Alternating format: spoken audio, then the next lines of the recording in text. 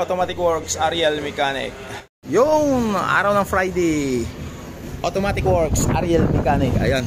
Ang problema natin ito ngayon is maraming tagas.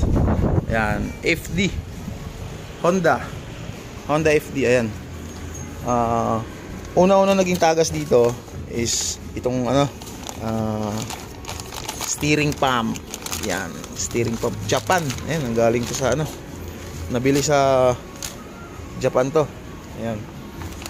Tapos pangalawa, kasi itong pump niya, kung bakit siya pinalitan, nabilhan na rin kasi yun ng replacement sa kanya. Tapos tumagas uli. Ngayon naghanap siya ng tawag ganyan, bago na lang daw. Yan, replacement na kasi ang ginawa doon repair kit. Kaya ngayon ito, ayun, si parang Jerome dito na papalit na rin kita na ATF. Ayan, yung ATF na yan. Ayan. Sa transmission naman, ayan, talagang original Okay. Ayan, dahil nga nagpalit na tayo ng steering pump, pasang-basa yung belt niya, palit na rin tayo ng belt. Ayan yung belt, bagong-bago rin to. Ayan. Tapos ito ngayon, yung hose. Itong hose na to, dalawa, nanggagaling dito. Ayan. Palit na rin, grabe talaga, puro palit. Ito naman sa transmission, sa ilalim. Dahil din sa tagas ng steering pump, ang daming natamaan. Ayan, palit na rin tayo. Ito sa steering din po ito. Dalawa. Ito, dalawa dyan. Tapos saan may isa?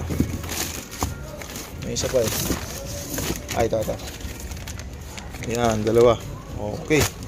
Palitan natin yan. Mayroon pa tayong nakita. Ayan. Complete na siya sa parts. Ngayon, ang problema dito, after natin chinik up, mayroon pa tayong nakita. Ayan. Yung nakita natin na yan. Ayan. Itong inhibitor switch sensor niya, may tagas din. Ayan, isasama na natin yan. Okay, magpapalalamove na lang tayo. Ito selector. Keyboard, kailangan na rin natin papalitan yan. May tagas. Yun yung support na yan. Yun yung kailangan na palitan, gawa nga ng tagas ang langis. Ayan. Sirang-sira na siya. Okay. Yan mga mama sir, tatanggalin natin yung steering pump. Ayan, bago natin tanggalin yung steering pump, napakahirap kasi yung tornilyo sa ibabaw. Ayan, nakaganyan siya. Ang kalagayan kasi yan, ganyan. Ngayon, ang matanggal mong tornilyo is nasa ilalim lang, pag gumapang ka sa ilalim. Ngayon, itong ibabaw na to, mahirap yan, tanggalin. Ito, yung tornilyo dito. Kaya kailangan natin tanggalin ito para dito tayo magtanggal sa taas. Okay. Ayan, natanggal na yung bracket sa ilalim. Yan, napakaluwag na. Ayan, napakaluwag na. Okay. Ayan mga boss, ito yung steering pump natin, di ba? Ayan, nagalaw na siya, di ba? Andi dito yung isa, mabilis lang tanggalin. Ngayon, yung iba naman din kasi noon, gusto nila tanggalin na lang din ito para madukot yung sa taas. Pero parang ang hirap, di ba? Kaya ang diskarte niyan para mabilis. Ayan mga boss, natanggal na yung natanggal na yung ayan.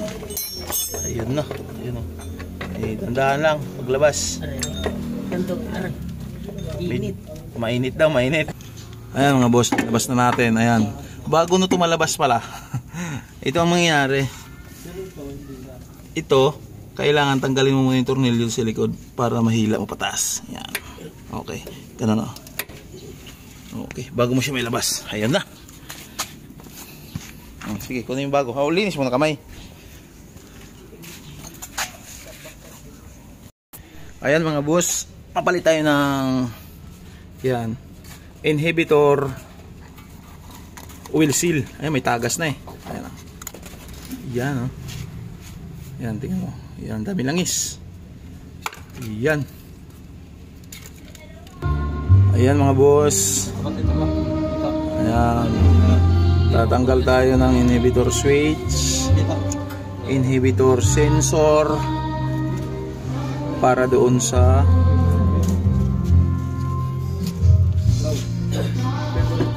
oil seal. Ngayon, Ang gagawin mo dyan, yung pinakalakra na yan, oh. Dyan mo lang, dyan mo lang ilagay yung tornilyo, yung ulo ng tornilyo. Ito. Yan. Yung ulo ng tornilyo. Kung ano yung lamat niya, ganun lang din yung pagbalik. Okay. Pagbunot ng ganun. Yan, oh. Yan. Okay. Yan yung papalitan natin. Yan.